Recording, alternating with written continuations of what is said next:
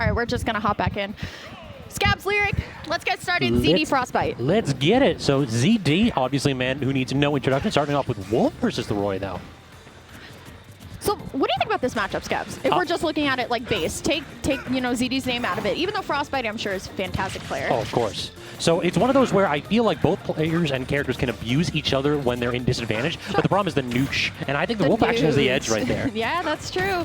I think obviously tier lists speak for themselves, right? So you do have Wolf higher on the tier list than Roy, but I do think Roy has the jungle potential. Oh, yeah. You know what I mean? I feel like Roy, once you get kind of up in those up air strings, it's just pain, kind of like that. So it's really going to be up to Frostbyte here to be able to edge guard, because I have no problem with Roy being able to carry across the stage, but letting ZD come back for free, definitely not good. Tries to read the roll though, not a terrible decision, kind of like a skill check there. Definitely nice to go ahead and get the jab block. I wish he would react though, instead of just trying to go ahead and get the hard read with the forward smash. You can get so many easy kills with Roy if you just go ahead and react to the option. You don't need to fully commit to that forward smash. True. Side B, Dancing Blade, also very, very safe too. Also pretty good. Nice back air though. Frostbyte doing a really good job of commanding stage. ZD will come back for a moment, but then as you can see, he's already kind of trying to push him right back to the ledge. But now ZD almost had stage control for the first time this set. Frostbyte has the edge guard opportunity. Again, great grab. Realize that ZD is getting neutral get up a lot. Tries to wave dash onto the stage. Not going to go ahead and work on aggressive side B. Easy punish for Frostbyte, though. That is going to be a clean stock one right there. Now, high percentage at edge. How does he actually get out of this? This is the problematic situation.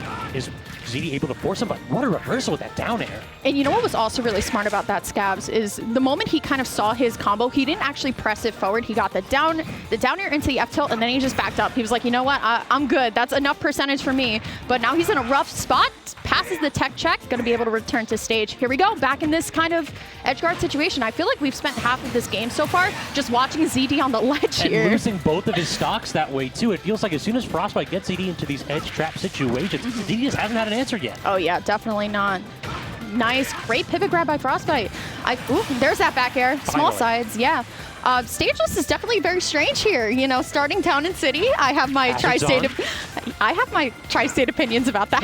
But all right, here we go. The great F tilt to kind of avoid the Wolf jump nair, as I assume. These air-to-airs are just so phenomenal by Frostbyte. Every single time ZD tries to get a jump in, Frostbyte is hard punishing him for it. And then again, it's just safe shield pressure. Frostbyte understands exactly when ZD is being a little bit over-aggressive on his shield, and then he is punishing appropriately. And that felt like, I don't want to say an effortless stock one, but it never felt like Frostbyte was losing momentum. No, for sure. He did not drop a single edge guard, and when he did, and when ZD was able to kind of mix him and return to center stage, he was always pressing him right back. So great game one. We are going to see ZD switch to the Fox, which, you know, definitely not a surprise here. Frostbyte definitely leaned back a little bit. I saw that. We're going to go back to Town and City, though. What do you think about Town and City as this pick, especially when you just lost here with the Spacey? I think that this is just a stage that ZD absolutely loves. He likes to be able to move around a lot with Fox, use that momentum that this character is so well known for to just claim advantage without trying to commit. Great up out of shield by Frostbyte, kind of recognizing the fake pressure that ZD was tossing out with that down air. Unsafe option right there. All right, here we go. ZD, that kind of signature aggression that we know him for. Ooh, gonna be able to come down to Roy Nair into F tilt. I feel like he was kind of fishing for the F smash there, but now this game's looking a lot closer. Once again, ZD now has complete stage control here. Up tilt into up air too. Like, he is just carrying this disadvantage stage so hard. And now Frostbyte off stage, dash attack back air, and that is the stock. And look at the change here. It just feels like ZD can push a lot harder, and he's the one that's waiting out those combos. You pointed out really well in game one. Frostbyte was just kind of waiting. No tech check working there for ZD. Yeah, ZD also shaking in the cam. Probably pretty frustrated with himself. All right, here we go, though. Back to center stage. ZD is a lot more grab-focused this game than he was last game. Ooh, here we go. Signature jab blocks into the up air, back air. Nice. Finish it out. I just want him to go off stage and get a Shine Spike. Yeah, that's all I want in the world. Of course, it's Fox. No matter what game you see Shine Spike in, 64 melee, Ultimate. Like, Shine Spike. We don't talk about Brawl, I say. Anyway, ZD going to be able to get the dash attack on right back onto stage. Down air. It's a nice read. So yeah, beautiful. Kind of showing the difference between ZD and Frostbyte's tech chase situations. Frostbyte hard committed to that forward stock game one. ZD just waited it out. And by waiting it out, he could react to that roll and got the easy punish. Reacting is what separates a good player from a top player. Really, it's just that ability to download everybody's favorite option here. But unfortunate SD from ZD again. ZD kind of stretching back into his chair a little bit.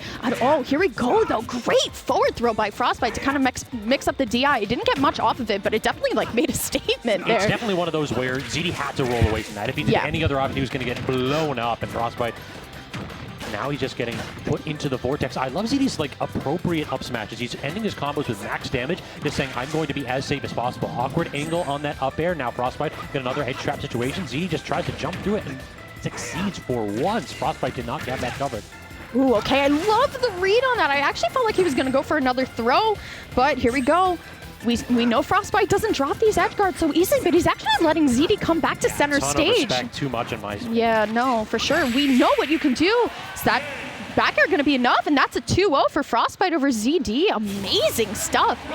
What a statement win by Frostbyte. He just understood exactly what his win condition was, and right there, I mean, not tricked up by ZD's over-aggressive options, not tricked up by his tech chasing, just able to return to what was working. Return to sender. Yeah, no, for sure. That was a crazy game. I haven't seen too much of Frostbyte just because, you know, not from around here. But that Roy play was really, really great. ZD definitely seems a little bit frustrated. He does have a second life in losers, though. But I did just hear another Spacey player coming up to the bat here, and that's going to be your featured guest for tomorrow as well, and that's going to be MPT's